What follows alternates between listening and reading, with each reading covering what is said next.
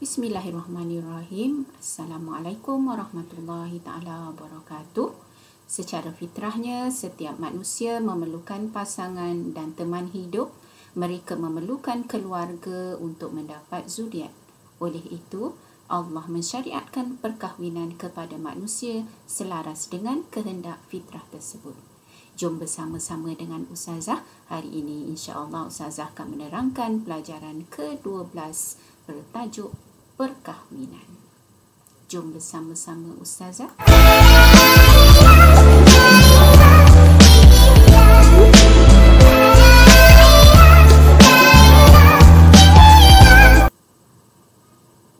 InsyaAllah Ustazah akan bersama-sama anak-anak menerangkan tentang pelajaran ke-12 tajuk perkahwinan unit 1.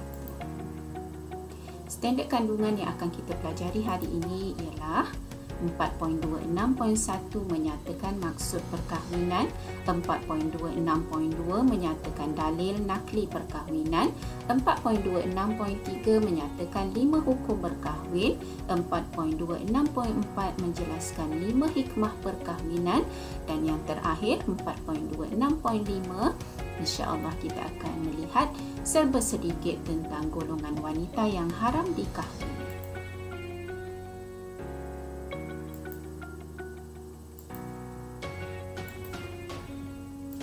Apakah maksud perkahwinan yang selama ini selalu kita sebut perkahwinan?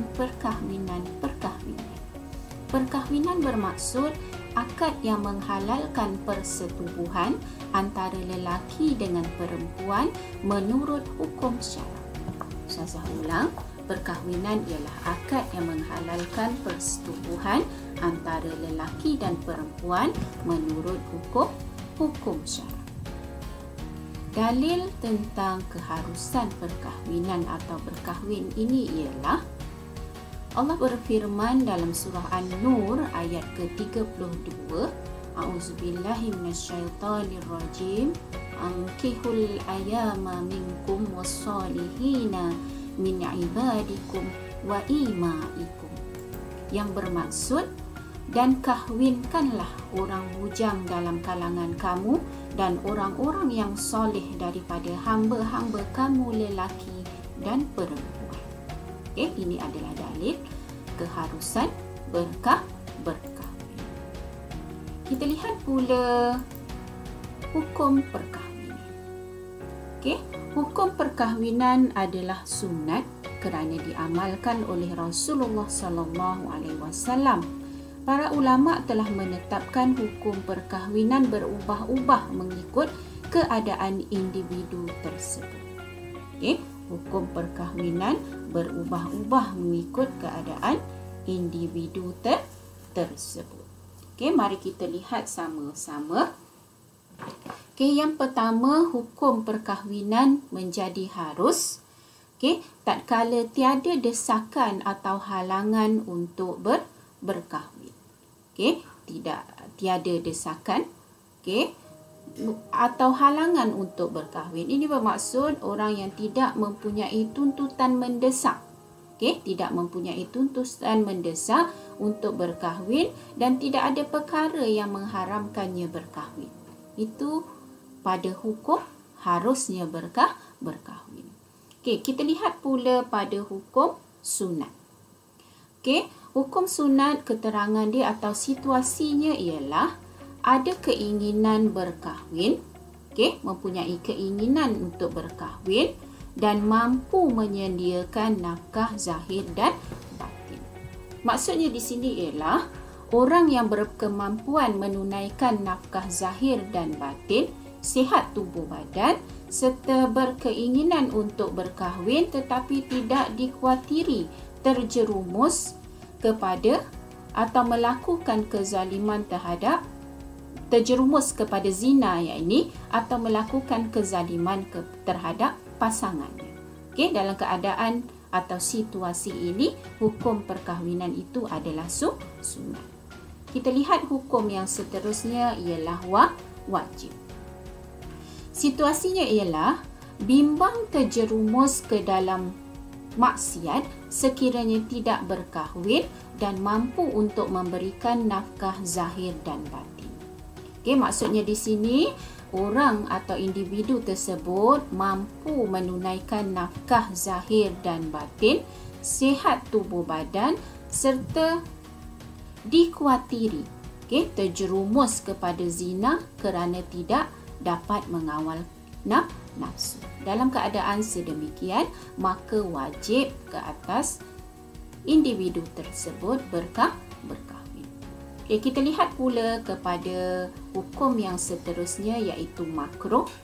Makruh ialah dalam situasi atau keadaan mempunyai keinginan untuk berkahwin tetapi tidak mampu memberikan nafkah untuk pasangan. Okay, bagi mereka yang tidak mempunyai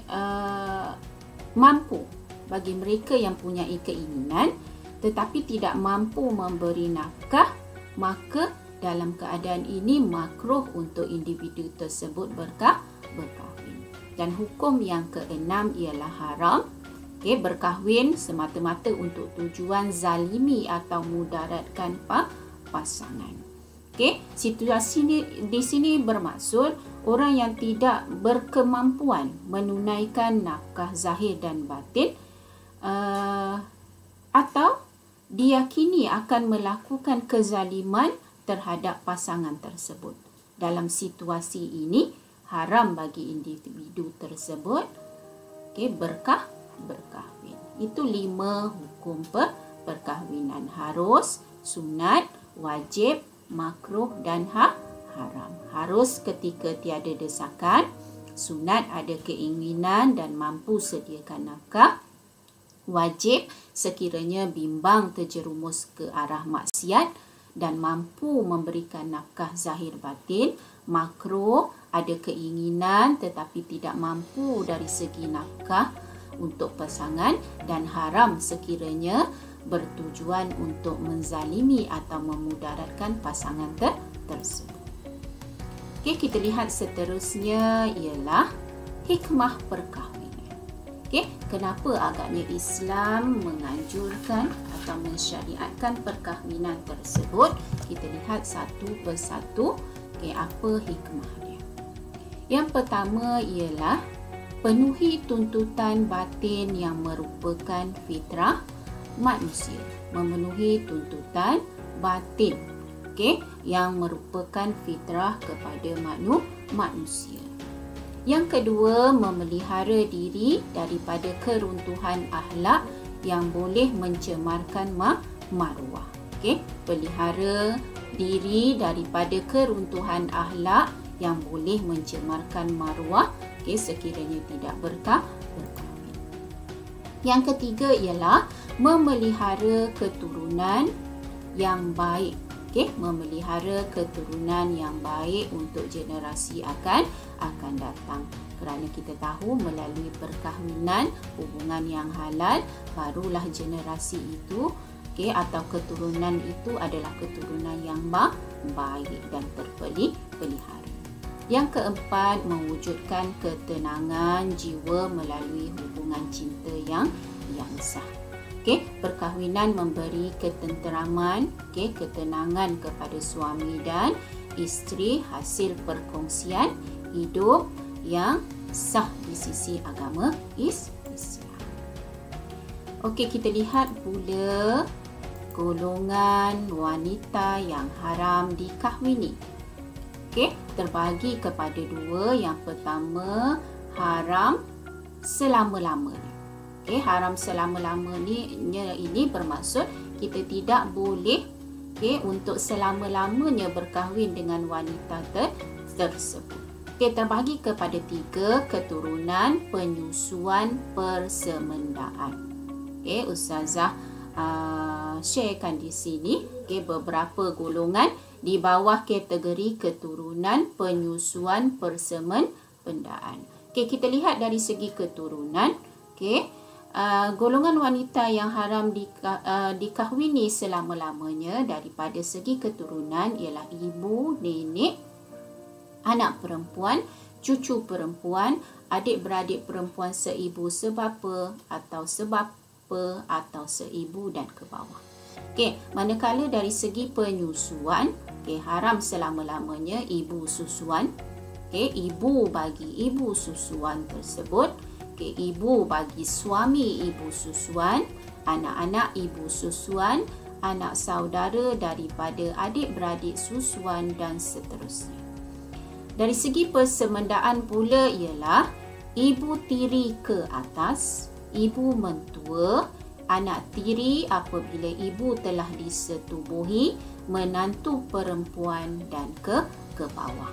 Ini 3 golongan yang haram dikahwini buat selama-lamanya. Okey, kita lihat pula golongan wanita yang haram dikahwini. Okey, haram sementara. Okay, yang pertama, kahwin dengan perempuan yang ada hubungan nasab dengan isteri pada satu masa. Okay, contohnya kita berkahwin dengan kakak atau adik perempuan kepada isteri sedangkan kita masih ada isteri tersebut. Okay, perempuan yang masih isteri orang, okay, isteri orang kita tidak boleh berkahwin melainkan isteri orang tersebut telah diceraikan. Okay, perempuan musyrik sehingga masuk Islam. Setelah masuk Islam baru boleh dikahwini, sebab itu termasuk haram sementara. Okay, isteri yang telah ditalak 3 sebelum dia berkahwin, kemudian bercerai dan habis tempoh iddah dengan suami baru. Okay, isteri kita, okay, isteri seseorang lelaki yang telah ditalak 3. Okay, berlaku perselisihan barangkali. Okay, ditalak 3. Okay, bila baru boleh berkahwin dengan isteri tersebut ialah setelah isteri tersebut berkahwin dengan orang lain dan diceraikan setelah habis tempoh iddah dengan suami baru. Okay, demikian Ustazah kongsikan tajuk yang pertama, perkahwinan. Mudah-mudahan memberi manfaat kepada anak-anak semua. Aku qauli hadza wa astaghfirullah li wa lakum. Assalamualaikum warahmatullahi wabarakatuh.